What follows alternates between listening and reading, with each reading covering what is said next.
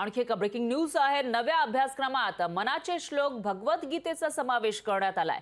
स्वभाववृत्तीची ओळख करून देण्यासाठी मनुस्मृतीमधील श्लोकाचा वापर या ठिकाणी करण्यात आला आहे। मनुस्मृतीमधील श्लोकांच्या समावेशामुळे नव्या वादाची शक्यता आहे। राज्य मंडळाच्या शाळांमधील विद्यार्थ्यांना भाषा विषयाच्या अध्ययनामध्ये मनाचे श्लोक आणि भगवद्गीतेचा 12वा अध्याय पाठ करावा लागणार आहे।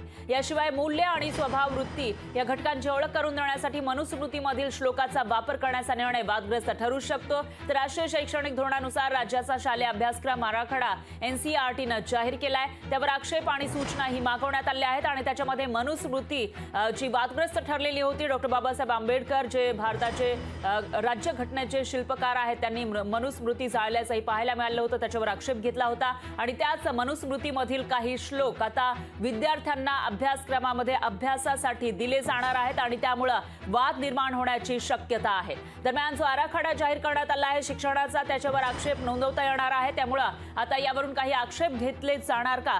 3 जून पर्यंत आक्षेप नोंदवता येणार आहे। त्यामुळे काही आक्षेप यावर घेतले जातात का ते बघावं लागेल, की जो काही अभ्यासक्रमामध्ये बदल केला आहे तो तसाच लागू होतो तेही बघावं लागेल।